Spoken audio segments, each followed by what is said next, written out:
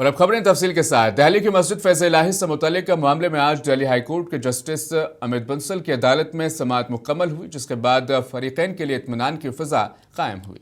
तमाम फरीकैन के दलाइल सुनने के बाद अदालत ने रिस्पोंडेंट्स को हिदायत दी है कि वो 4 हफ्तों के अंदर अर्जी का जवाब दाखिल करें और इस दौरान फाउंडेशन की जानिब से मुकदमे में फरीक बनने की दरख्वास्त दी गई है।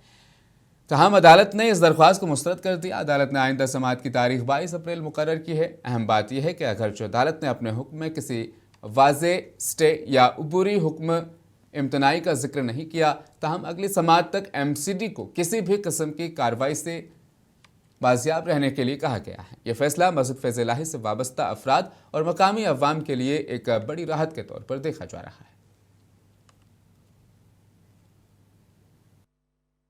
जो लीगल काउंसिल थे तमाम डिपार्टमेंट की तरफ से, MCD, LNDO और सेव इंडिया फाउंडेशन की तरफ से, तो वहाँ तमाम लोग मौजूद थे। किसी को नोटिस देकर ये बात कही जाती है कि आप कार्रवाई मत कीजिए, लेकिन तमाम वकला हजरात, तमाम जो विभाग थे वो मौजूद थे, तो वो उनको जाहिर बात है कोर्ट की पूरी पेशगी बताएंगे। और यहाँ पर किसी तरह की कार्रवाई उमूमन है होनी ही नहीं चाहिए। जब अदालत ने वर्बली तौर पर कह दिया, और अदालत में कही गई बात झूठ तो नहीं हो सकती। लेकिन ये कानून पे भरोसा है, हमें कानून अपना काम कर रहा है, कानून अपना काम करेगा, हम कानून को फॉलो करेंगे, हम कानून अपना काम कर रहा है। लेकिन आप साथ साथ में ये भी अपील करना चाहेंगे जो ऐसे र्यूमर्स फैलाते हैं, अफवाह फैलाते हैं, किसी तरह की कोई भी नाखुशगवार वाक़या ना हो, या यानी माहौल पूरी तरह से पुरअमन रहे। माहौल तो पुरअमन रहना चाहिए ना। जब हम बात कानून की कर रहे हैं तो दूसरी बात नहीं होनी चाहिए, कोई रूमर, कोई अफवाह, कोई इस तरह की चीज़ें नहीं फैलनी चाहिए कहीं पर भी। इसमें इतना सुकून से बात होनी चाहिए सब जगह, और कानून को फॉलो करना चाहिए सब जगह। हम कानून को फॉलो करते हैं, जब कानून को हमें प्रोटेक्शन दे रहा है तो हम क्या जरूरत है कुछ करने की। 1995 का जो वक्फ एक्ट है उसमें कवर होती है कि अगर वक्फ प्रॉपर्टी पे कोई भी सूट या डिस्प्यूट खड़ा होता है, उसको उसकी जो कॉम्पिटेंट अथॉरिटी है वो दिल्ली वक्फ ट्रिब्यूनल है, दिल्ली हाई कोर्ट कर सकता है। इन हालात में जब हाई कोर्ट ने 12 नवंबर को ऑर्डर जारी कराया, उसमें कोई पार्टी नोटिस न दिया है उसको, वक्फ बोर्ड को या मैनेजिंग कमेटी को, एक तरफा एनक्रोचमेंट में सुनवाई करने के बाद 12 नवंबर को एक ऑर्डर जारी कर दिया गया।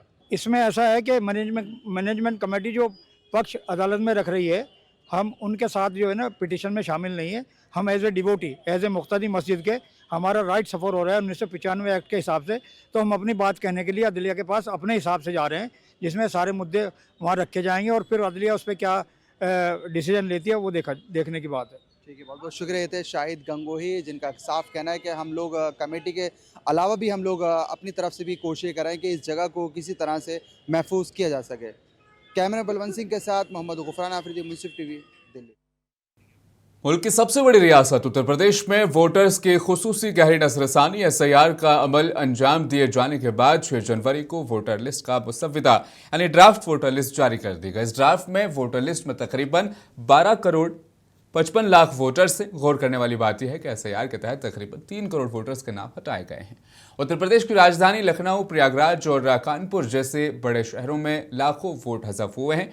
उत्तर प्रदेश की जो नई ड्राफ्ट लिस्ट जारी की गई है उसमें 12 करोड़ 55 लाख वोटर्स के नाम शामिल हैं, जो कि SIR का अमल शुरू होने से कबल 15 करोड़ से ज़्यादा थे। दी गई जानकारी के मुताबिक खुसूसी गहरी नज़रसानी के दौरान 2 करोड़ 88 लाख वोटर्स के नाम फहरिस्त से हटाए गए हैं। सभी जिलों में ड्राफ्ट वोटर लिस्ट जारी हो चुकी है। तो जो बचे, जिनके साइन करके नहीं आए, वो 18.70% है, और उसका जो ब्रेकअप है किन वजहों से वो फॉर्म्स नहीं आए, वो है कि जो मतदाता जिनके बारे में फील्ड की भ्रमण के बाद BLO को ये सूचना प्राप्त हुई कि इनकी डेथ हो गई, ऐसे मृत मतदाता 46.23 लाख थे, जो 27 अक्टूबर 2025 की मतदाता सूची का 2.99% है। तो मृतक मतदाता 46.23 लाख 46.23 लाख, और परसेंटेज के टर्म्स में 2.99% या 2.99%। स्थानांतरित मतदाता जो अपने निवास स्थान से कहीं और शिफ्ट कर गए, वो घर छोड़ दिया जहां उन्होंने वोटर लिस्ट में जब अपना नाम दर्ज कराया था, जिस घर में थे, स्थायी रूप से स्थानांतरित हो गए, या वो लापता या अनुपस्थित रहे, या उनको फील्ड में BLO को मिले नहीं, ऐसे 2.17 करोड़ मतदाता हैं। मगरबी बंगाल के चीफ मिनिस्टर ममता बनर्जी ने रियासत में एसआईआर पर इलेक्शन कमीशन के खिलाफ संगीन इल्जाम आयद किए हैं।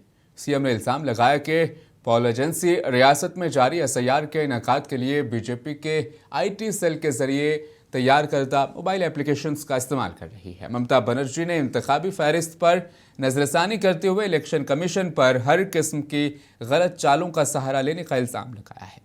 उन्होंने कहा है कि अहल वोटरों को मुर्दा के तौर पर निशानजद किया जा रहा है और बुजुर्गों, बीमारों, लावारिसों को समाअत में शिरकत के लिए मजबूर किया जा रहा है।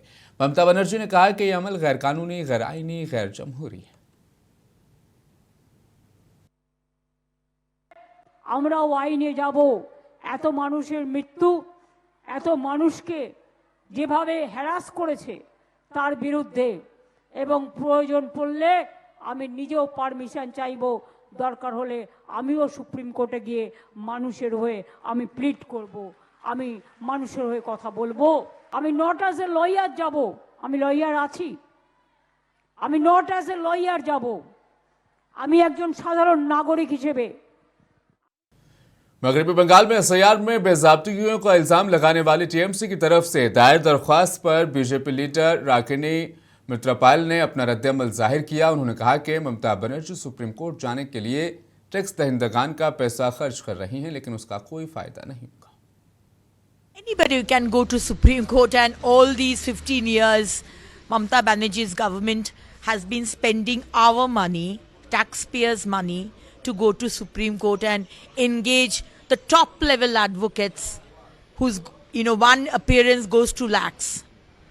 She can go, she is the chief minister, but they'll be of no use, because everybody, 140 crore Indians, Bharatiyas, understand SIR has been going on in 12 other states, and SIR is for the good of the people of Bengal as well as the good of the people of Bharat. We will not allow any government, whosoever it is, to give documents to somebody, Rohingya, Bangladeshi, who are not from our country, who are dead, who have shifted to some other place, who are duplicate voters. And Mamata Banerjee, you have been using these 55, 58 lakhs names which has been deleted. These names were used by your party to vote all these years from 2011 to 2024. And today when these names are deleted, you are extremely jittery. Madhya Pradesh के भागीरथपुरा में आलूदा पानी पीने से हुई मौत के मामले पर मध्य प्रदेश हाईकोर्ट की इंदौर डिवीजन बेंच में समाअत हुई। समाअत के दौरान हाईकोर्ट ने इस मामले में 15 जनवरी को वीडियो कॉन्फ्रेंसिंग के जरिए मध्य प्रदेश हुकूमत के चीफ सेक्रेटरी को अदालत के सामने हाजिर होने का हुक्म दिया है। साथ ही म्यूनिसिपल कॉरपोरेशन और जिला इंतजामिया को मरने वालों की तादाद के मुतालिक सख्त फटकार लगाई।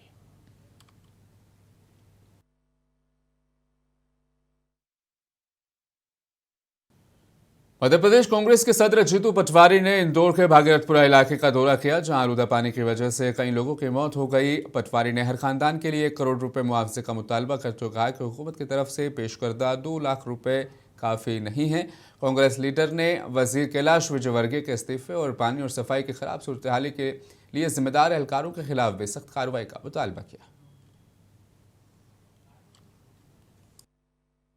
बहन ने कहा कि भैया हमारा कोई पालन पोषण करने वाला नहीं है, हमारे परिवार की हत्याएं हुई, सरकार और जगह तो 1-1 करोड़ रुपए मुआवजा देती है और हमारी जान की कीमत 2 लाख रुपए। मैंने गलत तो नहीं कहा? मैं सही तो बोल रहा हूँ। ये बाद में अगर सरकार ये कहे कि जीतू पटवारी के मन से बोल के चला गया तो ये तो नहीं कर रहा हूँ मैं। सरकार का इनका मानना है, परिवार का, कि मेरी पिताजी की मौत की कीमत 2 लाख रुपए है, जिसमें मध्य प्रदेश के अधिकारी एक पंचायत के इंस्पेक्शन में 1.5 लाख रुपए का काजू बादाम खा गए और उनकी हत्या 2 लाख रुपए में कर दी।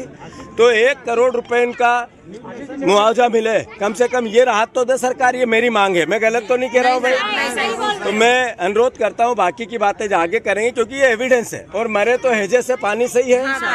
बहुत दिन से आपने शिकायत की थी, शिकायत करने के बाद लोगों ने